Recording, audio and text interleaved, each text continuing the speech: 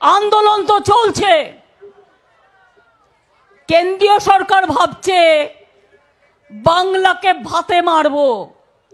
আমি আমার প্রথম পদক্ষেপ আজ বলে যাই, 21 লক্ষ মজদুরকে যাদের টাকা কেন্দ্রীয় সরকার দেয়নি, আগামী 21শে ফেব্রুয়ারি তাদের টাকা তাদের ব্যাংক অ্যাকাউন্টে চলে যাবে, রাজ্য সরকার দেবে। নমস্কার প্রিয় দর্শক, আপনারা দেখছেন দ্য কেবি নিউজ প্লাস। আপনাদের সঙ্গে কথা বলছি আদিত্য। আজকে 8ই ফেব্রুয়ারি, আজকে রাজ্য বাজেট বেলা 3টে। রাজ্যের স্বাধীন দায়িত্বপ্রাপ্ত অর্থ প্রতিমন্ত্রী, বলতেও অনেকটা ব্যাপার, মাননীয়া শ্রীমতী চন্দ্রিমা ভট্টাচার্য তিনি বিধানসভায় রাজ্য বাজেট পেশ করবেন। গত 10 বছর মাননীয় ডক্টর অমিত মিত্র তিনি বিগত দুটো সরকারের অর্থমন্ত্রী থাকলেও এই সরকারের কোনো অর্থশাস্ত্রে পণ্ডিত অর্থমন্ত্রী নেই। আমি জানি না চন্দ্রিমা ভট্টাচার্য তিনি অর্থশাস্ত্রে পণ্ডিত কিনা, হতেও পারে, জানি না। যাই হোক, তিনি স্বাধীন দায়িত্বপ্রাপ্ত অর্থ দপ্তরের প্রতিমন্ত্রী। বুঝে দেখুন রাজ্যের অর্থ দপ্তর কিভাবে চলছে। যদিও বকলমে সবটাই মাননীয় মমতা বন্দ্যোপাধ্যায় মুখ্যমন্ত্রী তিনি চালান, তা হলেও আজকে রাজ্য বাজেট পেশ করবেন রাজ্যের স্বাধীন দায়িত্বপ্রাপ্ত অর্থ প্রতিমন্ত্রী চন্দ্রিমা ভট্টাচার্য।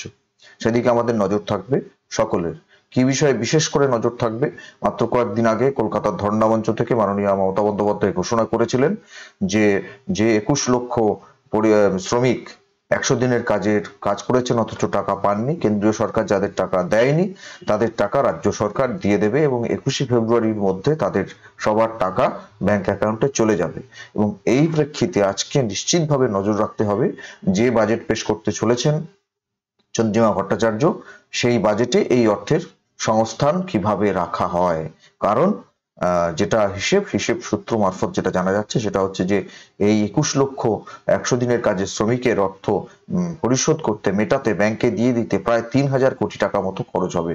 সুতরাং এই বিপুল অঙ্কের টাকা এই সময় কোন খাত থেকে কাটছাট করে বা কোন ফান্ড কোথায় ডাইভার্ট করে কিভাবে ব্যবস্থা করা হয় এবং এই ভোটের মুখে এভাবে টাকা পাইয়ে দেওয়া হয় কার্যত ব্যাংকের অ্যাকাউন্টে। হ্যাঁ, নিশ্চিতভাবে যারা কাজ করেছেন তাদের টাকা পাওয়ার প্রয়োজনীয়তা আছে, কিন্তু সেই টাকা আদায়ের জন্য আদালতে না গিয়ে, সেই টাকা আদায়ের জন্য অন্যরকম আইনি চাপ গ্রহণ না করে, আইনি ব্যবস্থা গ্রহণ না করে, এই যে একদম ভোট সামনে এই সময় অ্যাকাউন্টে টাকা পাঠিয়ে দেওয়ার যে ব্যবস্থা করা হচ্ছে, সেই টাকা কোথা থেকে আসে, তার সংস্থান কি হয়, সেদিকে নিশ্চিতভাবে সবার নজর থাকবে। গতকাল মাননীয় মুখ্যমন্ত্রী হাওড়ার একটা সভা থেকে বলেছিলেন যে মা বোনেরা যখন টাকা থাকে না মাসের শেষে, তারা যেভাবে সংসার চালান আমিও সেইভাবেই সংসার চালাই।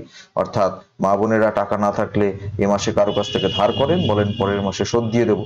তো সেইভাবে রাজ্যের আমাদের বৃহত্তর সংসার, রাজ্য সরকার, সেই সরকারটাকে, সেই সংসারটাকে চালান মাননীয় মুখ্যমন্ত্রী মমতা বন্দ্যোপাধ্যায়। অর্থাৎ কালকেই তিনি বুঝিয়ে দিয়েছিলেন যে ধার করেই এই টেনে টুনে এই সংসার চলছে, এগিয়ে বাংলা, ধার করে এগিয়ে বাংলা। গতকাল এ নিয়ে আমি একটা প্রতিবেদনও করেছিলাম।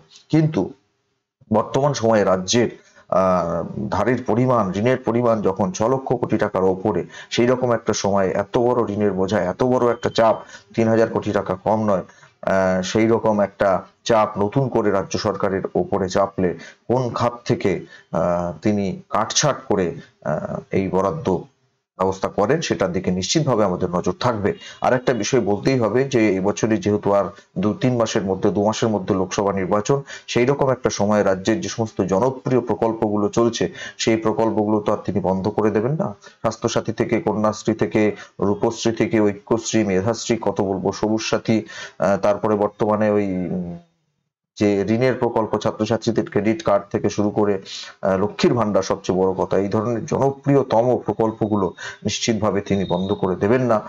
সুতরাং সেই সব দিক বজায় রেখে ভোটের মুখে বন্ধ করে দিলে তো আবার অন্যরকম প্রচার হবে। সেখানে ব্যয় বরাদ্দও কমাবেন না, বরং নতুন করে উদ্বাহু হন কিনা, নতুন করে ভোটমুখী দান খয়রাতের দিকে নতুন কোনো প্রকল্প ঘোষণা করেন কিনা সেদিকে নজর রাখতে হবে। আর দেখতে হবে, এটাই বড় প্রকল্প, এই যে 21 লক্ষ পরিবারকে, 21 লক্ষ শ্রমিককে তিনি এই টাকা পরিশোধ করে দেবেন বলেছেন, এটাই বড় ব্যাপার। আজকে 3টের সময় বাজেট পেশ করবেন অর্থ প্রতিমন্ত্রী, স্বাধীন দায়িত্বপ্রাপ্ত অর্থ প্রতিমন্ত্রী চন্দ্রিমা ভট্টাচার্য।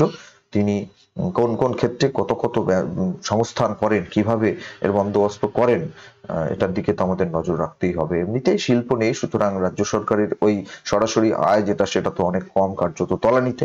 আমি গতকালই বলেছিলাম যে এই আয়ের রাজ্য সরকারের যে সামান্য আয়, সেটা ওই এসজিএসটি এবং অন্যান্য মাদকদ্রব্য বিক্রি, মদ বিক্রি ইত্যাদি থেকে অন্যান্য বিভিন্ন ভাবে, কিন্তু মূল যে বিষয়টা উৎপাদন এবং শিল্পের ব্যবস্থা, শিল্প স্থাপন রাজ্যে না থাকার কারণে কর্মসংস্থান নেই, যে কারণে রাজ্যের কার্যত বাজেট বলতে ওই ঘোষণাগুলো, কি কি করবেন না করবেন, এই দেবো সেই দেবো, লক্ষ্মীর ভান্ডার, এগুলোই তো রাজ্য সরকারের এখন মূল কাজ।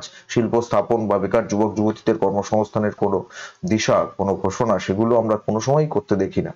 সুতরাং দেখা যাক আজকে কি বলেন মাননীয় অর্থমন্ত্রী, সেদিকে আমাদের নজর থাকবে। এবং বাজেটের পর কিভাবে ধন্যবাদ জানান মাননীয় মুখ্যমন্ত্রী মমতা বন্দ্যোপাধ্যায়, নিজের যে বাজেট, সেই বাজেটকে কিভাবে ধন্যবাদ জানান, এবং প্রাক্তন অর্থমন্ত্রী তথা অর্থনৈতিক উপদেষ্টা এই সরকারের ডক্টর অমিত মিত্র, তিনিই বা কি বলেন, আমাদের রাজ্যের অর্থনীতিবিদরা তারা কি বলেন, এই ভোটের বাজারে, অর্থাৎ 2 মাসের মধ্যে লোকসভা ভোট, কতটা দান খয়রাতের দিকে যান মাননীয় মুখ্যমন্ত্রী, সেদিকে আমাদের নজর রাখতে হবে। আর যেটা বিশেষ করে নজর রাখতে হবে, যে কোথা থেকে ওই 3000 কোটি টাকার সংস্থান হয়। আপনাদেরও নজর থাক আমাদের প্রত্যেকটা প্রতিবেদনে। বাজেট আমরা দেখে নিশ্চিতভাবে সেই নিয়ে রাত্রিরে আবার প্রতিবেদন করবো।